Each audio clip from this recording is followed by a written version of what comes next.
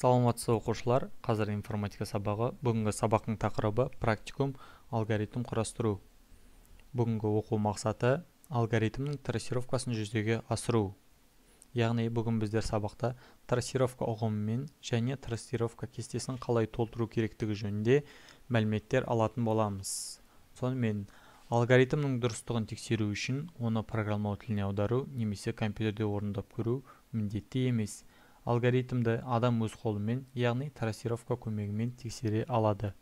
Трассировка алгоритмін жұмыс істеу қабілетін тексеру, қателерін іздеу және тағы басқалар үшін қолданылатын программаны қадам-қадаммен орындау.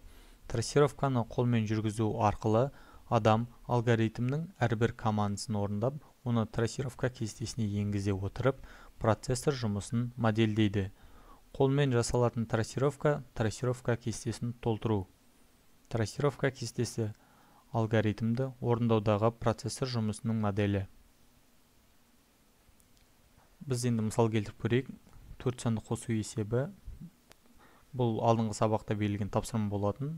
Және көз алдарыңызда 4 санды қосу есебінің блок схемасы берілген. Біз осы есепке қазір трассировка кестесін толтыратын боламыз. Алдымен өткен сабақта бір шолу өтейік.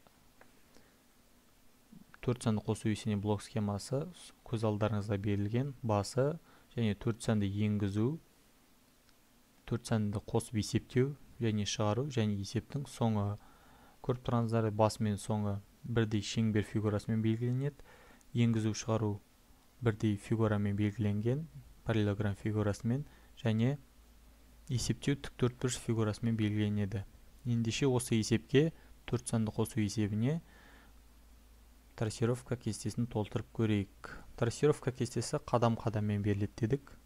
Көріп тұрғандарыңыздай бірінші қадам, екінші, үшінші, 4, 5, 6, яғни осы есеп 6 қадамнан тұрады. Енді қарап көрейік. Бірінші қадам А санын енгізу. Бізде А санын 5-ке тең деп алдық. Одан кейін Б санын енгізу. Б саны 8-ге тең. Үшінші қадам С саны бізде 17-ге тең.